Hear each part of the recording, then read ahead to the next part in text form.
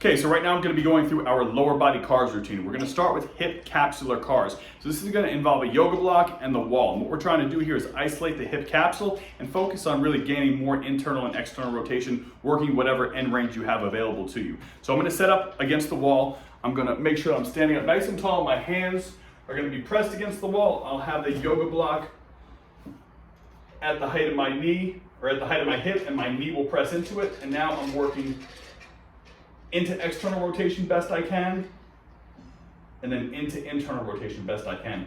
I'm applying pressure through the wall, and I'm maintaining that level of hip flexion by driving through the yoga block.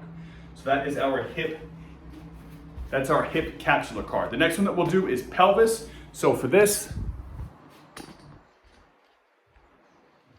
just move you back here.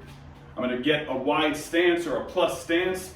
I'm going to have my hands on my pelvis, and we're just thinking about our pelvis as like a bowl, and we're trying to work the outside ranges of that bowl. At certain points through that range of motion, you're going to feel a little bit of tension through the adductors or the groin area, and that's totally fine. Want to maintain a good base through the floor, and also think about the idea of this bucket that we're referring to as our pelvis is filled with water, and we don't want to spill that water forward or back too much during this particular car's routine.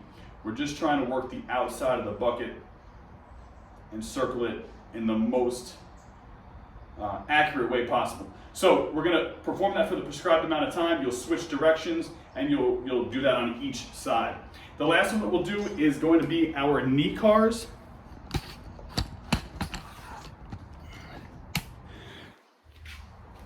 So for this, you're just going to be seated. You can use a bench or whatever is best for you. You're going to take your hands, apply pressure through the top of your femur, or down into your femur.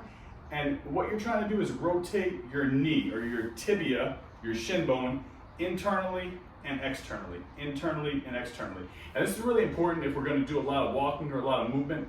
We want to make sure that we have good internal and external rotation of the tibia. This is often one that's neglected, so we want to make sure we get that range of motion there. You can have the toes slightly off the ground, or you can put a sock under your foot if you're on a wood floor, and just working this tibia out, working the tibia in. The feet will move with it, but everything should be dictated by that tibia or the shin bone. And that's our lower body cars routine.